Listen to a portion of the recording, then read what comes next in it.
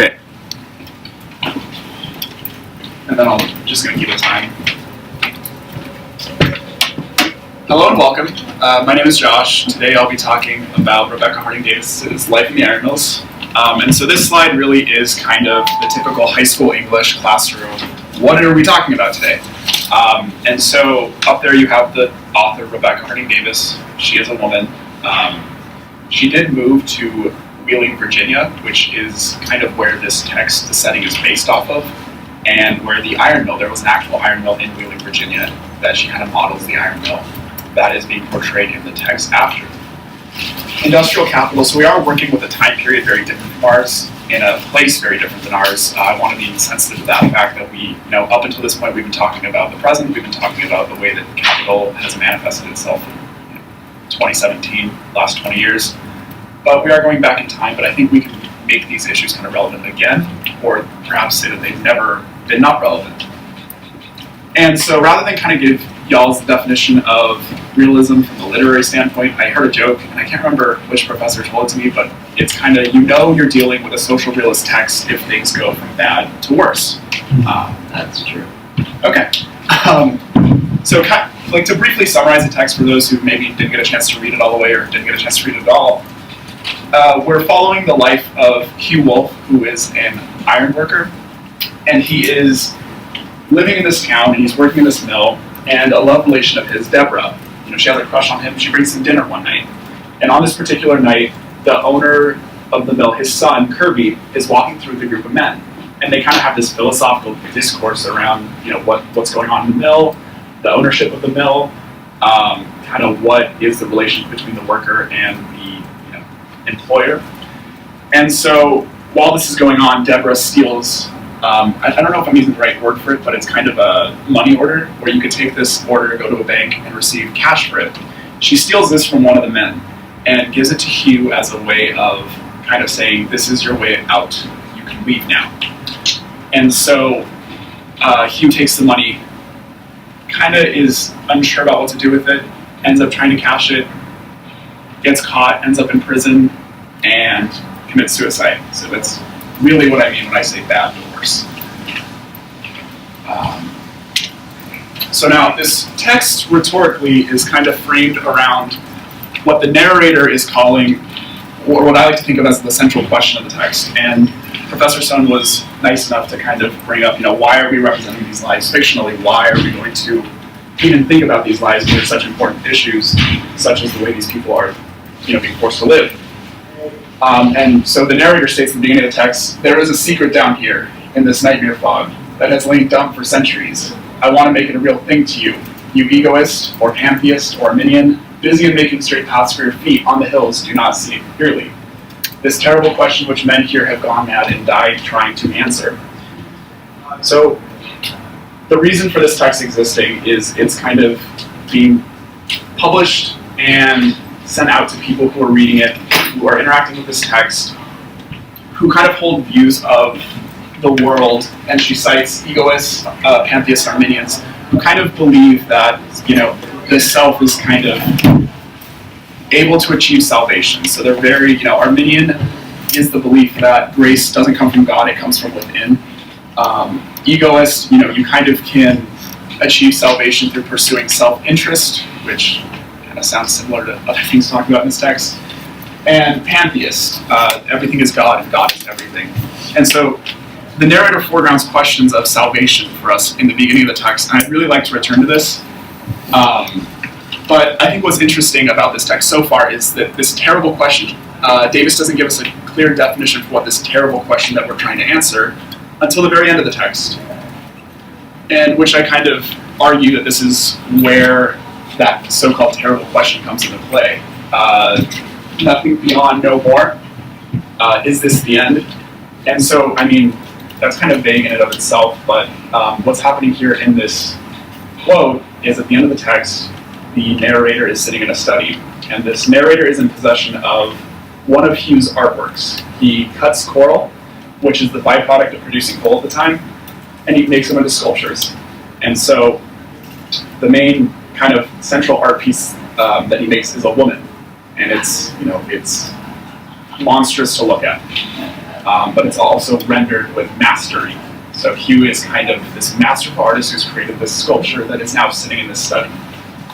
And so the narrator imagines his ghost kind of coming out and asking these questions after he's, slaved his life away, committed suicide in a prison, and the last few moments of his life are kind of very, very depressing, honestly. So just to kind of briefly summarize what I will be talking about kind of in this presentation so far, and to give y'all any opportunity to ask questions. This is a good time to ask. This question is framed around texts of labor and doctrines of salvation. And these two things I thought of as separate, but are kind of starting to see them synthesized in my head, if you've ever done that. And I kind of want to reveal how that's happening for me in this presentation. And then, does anybody have any questions so far? Okay. So, this quote is one of my favorite quotes in the text. It comes from Kirby, who again is the son of the mill owner. And I'll dive right into it. I have no fancy for nursing infant geniuses. I suppose there are some stray gleams of mind and soul among these wretches. The Lord will take care of his own, or else they can work out their own salvation. So many nerves to sing them to pain. What if God had put your brain with all its agony of touch into your fingers and bid you strike with that? And so, again, I just want to briefly point out the doctrine of salvation stuff. God will save his own. It's not on his responsibility. But Kirby is also kind of beginning to position himself in relation to his workers as, number one, above them, but number two, he's comfortable with the way that they're being treated right now. He's comfortable with the lives that they live, and so he is able to kind of position himself not in relation to their humanity, if we want to call it that. What I mean by that is that Kirby no longer views Hugh, this artist who has produced this masterful work of a sculpture, not as an artist, but as in relation to these wretches. He's no longer able to see Hugh kind of as the individual, rather he is these wretches. So what I think, or what I see is happening here is Kirby is governing his workers on the level of the body, or the biopolitical. Not to say that the body is the biopolitical, but rather that the biopolitical kind of is ruling on the level of population over the individual. And so this text that I cited here, Giorgio Agamben's Homo Sacer, is about, very briefly, this figure in Roman law who was very strange to kind of our conceptions of what it meant to be a person and a citizen. So if you committed particular crimes, you could be kind of, as I understand it, exiled from Roman law. You could be legally murdered, although legally murdered might not be the right wording. But you could be murdered, but you couldn't be sacrificed. So you no longer were offered the protections of being a citizen subject of Rome, but you still, you couldn't be you still were being governed on the level of your body. So the way I understand it is Agamben is using this figure of the sacred man to kind of talk about the relation between sovereign, state, their life, which are all complicated issues that he talks about. But what I'm interested in is this particular quote, which is Agamben talking about the writ of habeas corpus, 1600s, is very important for him. He kind of even cites it as the moment that modernity begins, in which biopolitics gets written into law. You're no longer, governing on the level of the subject or the citizen. You want the body, habeas corpus, the body. So what does this mean for this text?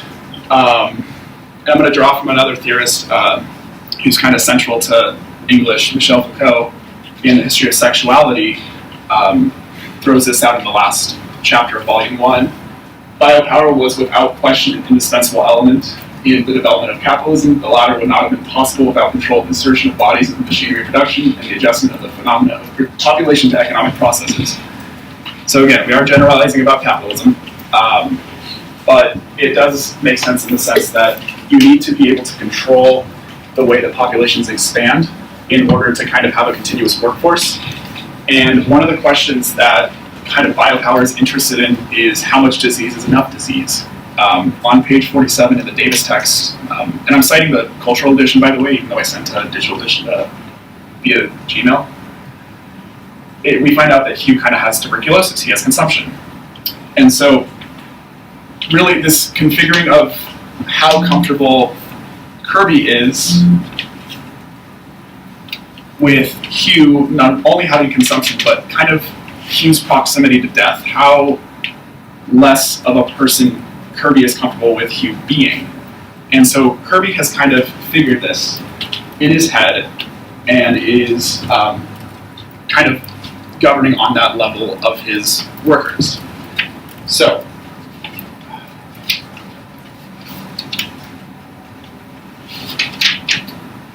that said, I would like to turn now to the kind of the next portion of this, which is the questions of salvation. And so this quote here happens with like my favorite scene in the book. Hugh has the money, and he's not quite sure what he's going to do with it. And in like surrealist, almost dreamlike language, Davis portrays him kind of wandering the streets, and he walks into this chapel almost, and he hears the priest minister, whatever it is.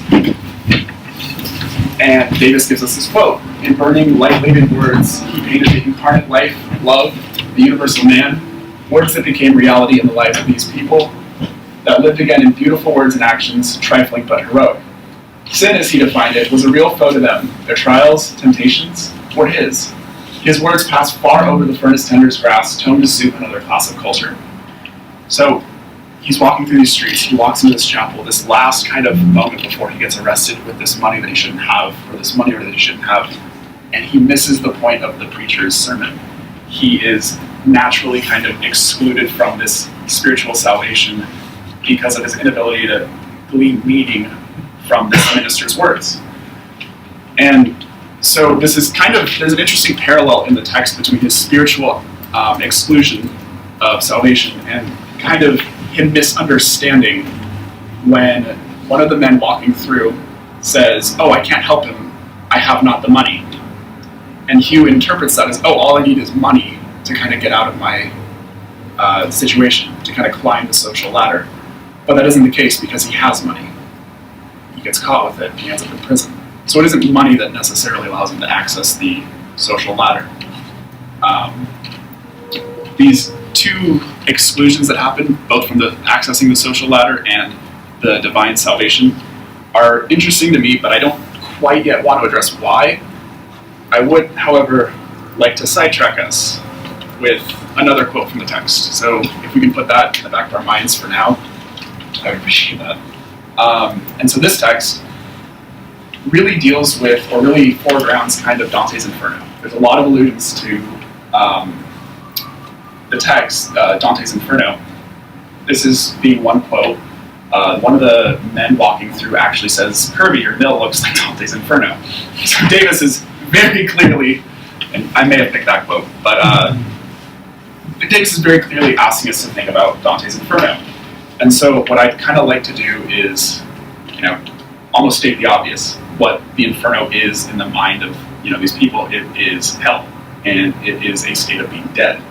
So that's intuitive, but then I think we really need to think about this in terms of what it meant as a Christian author writing this, as a Christian reader reading this, 1861, what hell is. And it's kind of, it's a limit to what can be thought.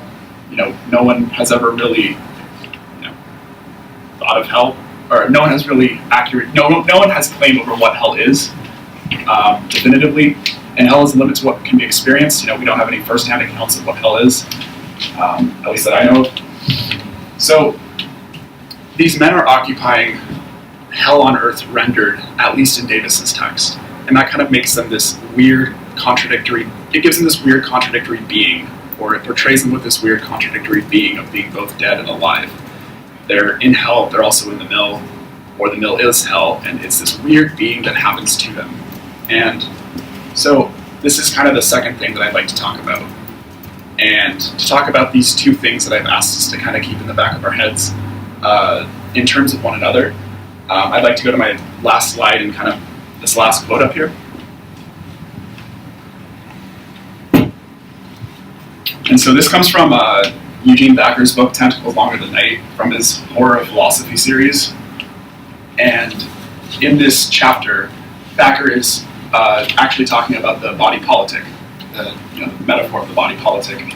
and how Dante's Inferno is kind of a representation of the body politic that is both inverted and also mutated. If you know Dante's Inferno sayings at the bottom, you kind of go up from there. So it looks like a body politic, just inverted. Not only that, but the Inferno represents mutations within the body politic. Is the sovereign decapitated? Is it separate from the body politic? Or are there two sovereigns that are actually one? So is it a double-headed creature that we're talking about? Multiple arms?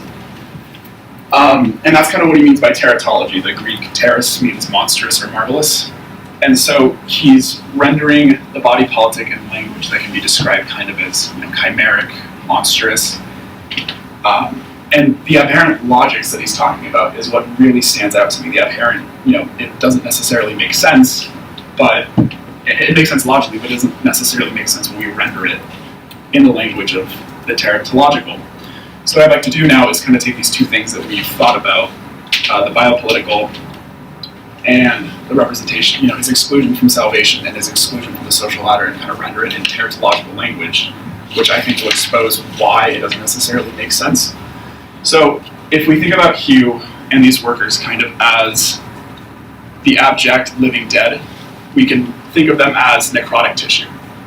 And we insert them into whatever organ we want to symbolize capital, the economy as. And I think I'm going to use the lymph nodes, by the way, kind of to talk about this, because that's where the red blood cells are produced. Red blood cells, capital. So if we insert this necrotic tissue into the lymph nodes, and they're working, they're not necessarily, they're still producing red blood cells.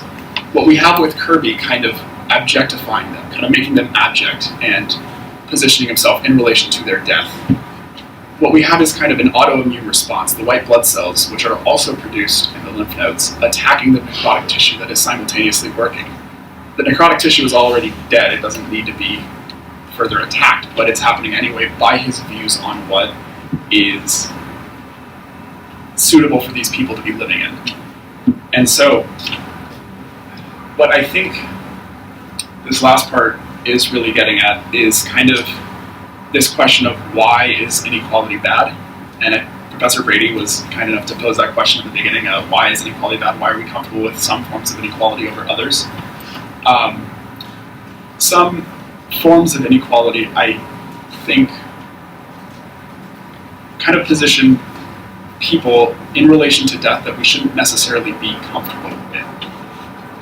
And that kind of is where I'm at with my research and in my writing. And so I think the question that I kind of want to end with is, what forms of the mill do we see reproduced today? And what form, what ontological abnormalities are produced today because of that? Thank you.